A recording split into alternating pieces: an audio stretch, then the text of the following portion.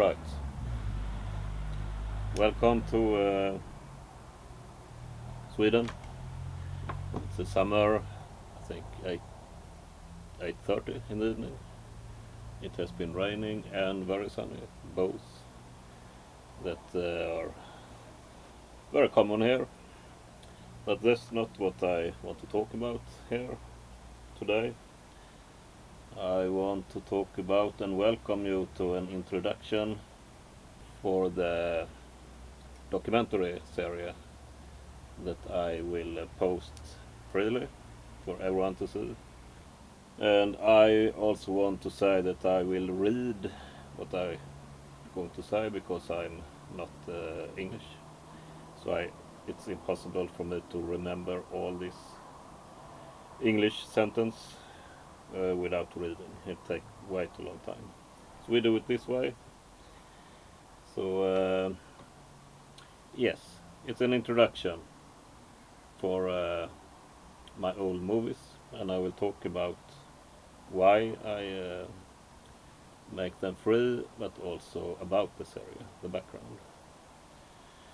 So between 2000 and 2015 I made 6 documentary films, and I wrote 3 novels and an anthology on the theme of Sweden's social and political change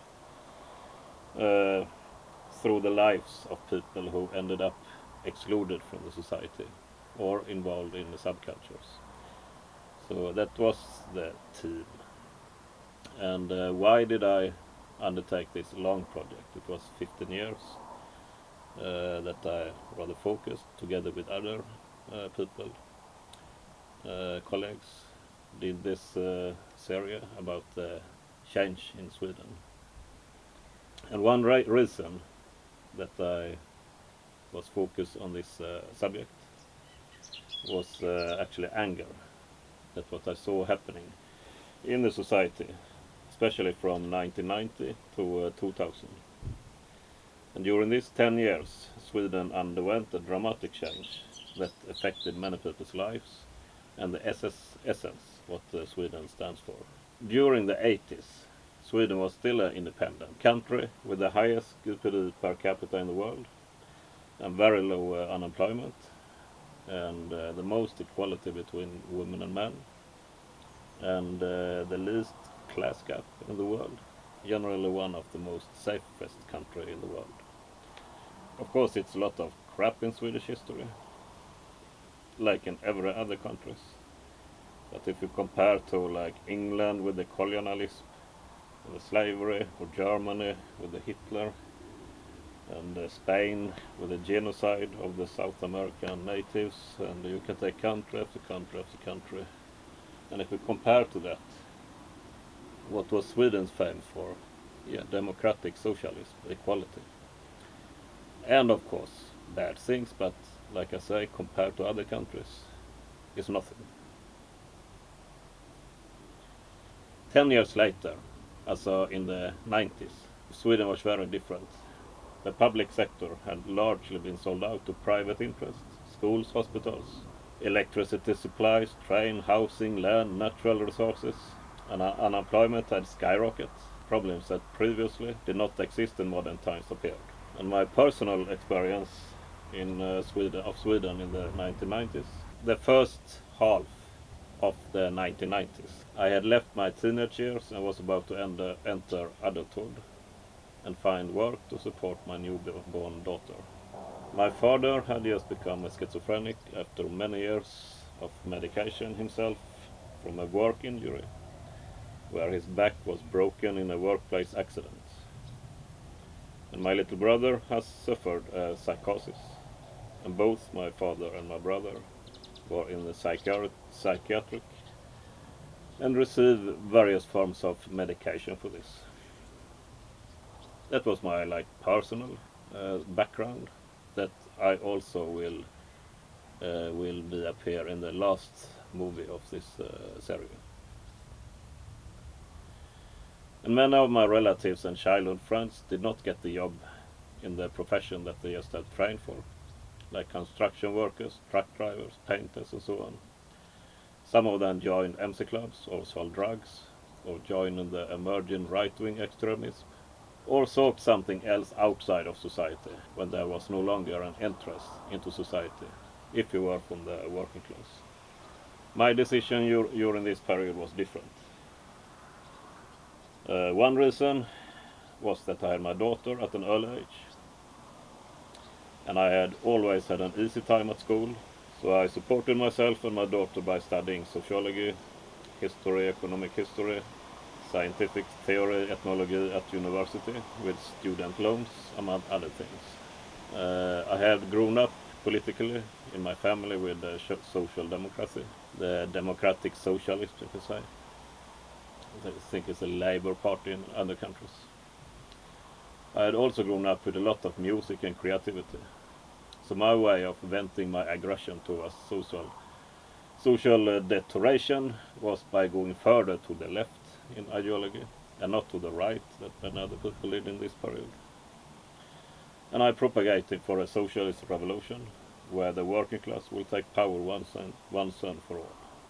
In the second half of 1990s, I took a job as a youth leader in vulnerable areas in Gothenburg, the city Gothenburg. I was between 25-30 years old, and I saw how dramatically Gothenburg and through Sweden has changed in just these 10 years. 10 years earlier, as a teenager, I could go down to the port of Gothenburg early in the morning, and I get to work same day if needed extra money. Same with many professions.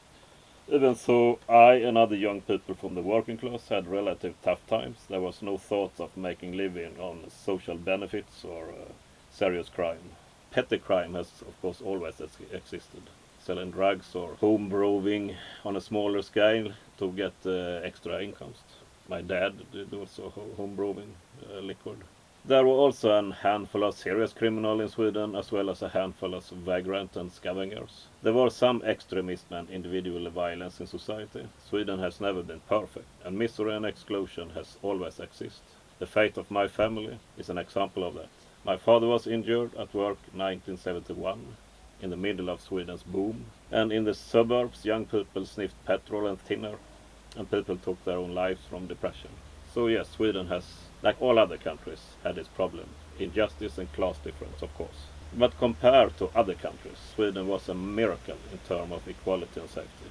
And if you were injured at work, like my father, there was a strong belief that social development in Sweden would continue towards a classless society, according to the goals of the Social Democrats this time. A society where people like my father, who sacrificed his body to build the country, would be appreciated and rewarded for their sacrifices. That was what my father and many people in Sweden thought about the future. As I said, it did not turn out that way. It was the opposite. So when in the late 1990s I worked for a few years in underprivileged areas of Gothenburg, I noticed that phenomena that was previously very marginal were suddenly structural and general. Motorcycle clubs had existed in Sweden for quite a while. But they had been just motorcycle clubs, where the members worked on weekdays and had their clubs and weekend fun.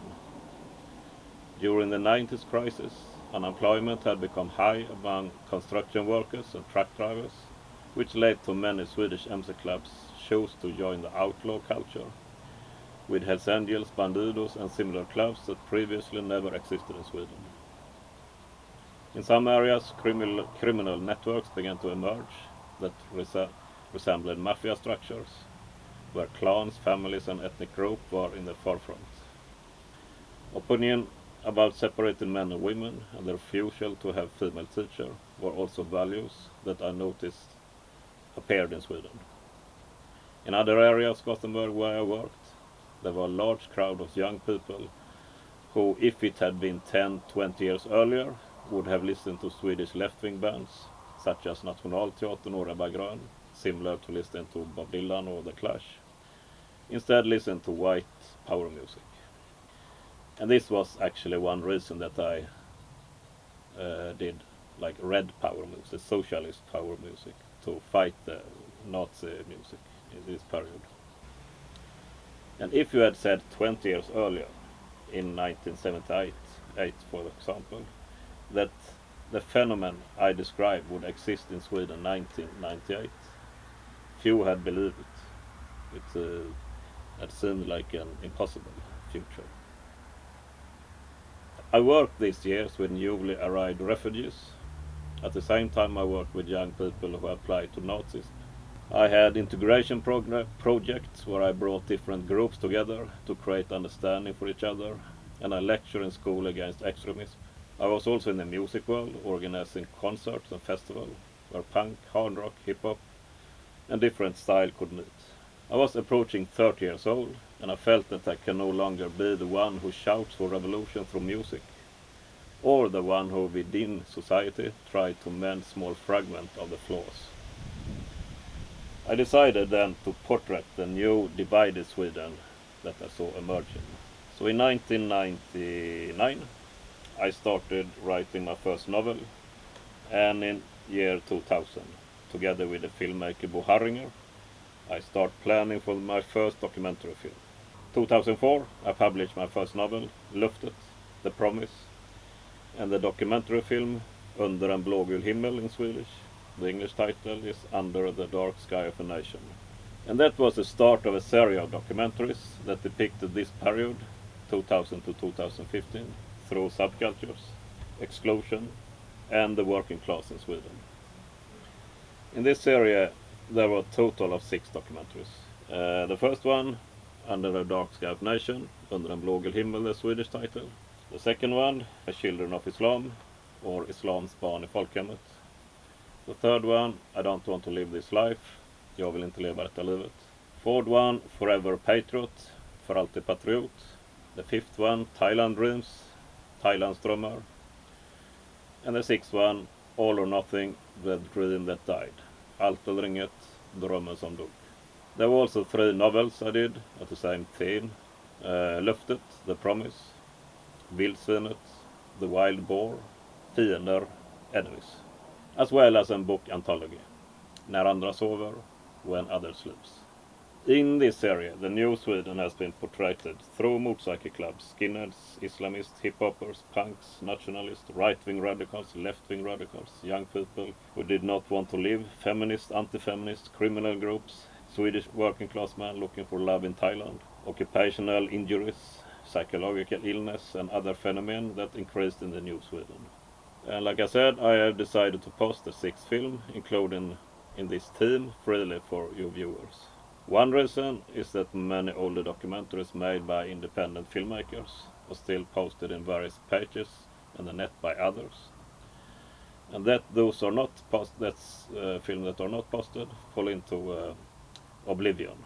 Another reason is that many of the phenomena we see today in Sweden, and also the rest of Europe, could be predicted already 20 years ago, and those who are interested in getting a background on what shaped the present can learn a lot from seeing these movies. Another reason is that the film had largely only been showed to Swedish audience, although some of the film has been showed at international film festivals. The broad international audience has not had the opportunity to see the films until now.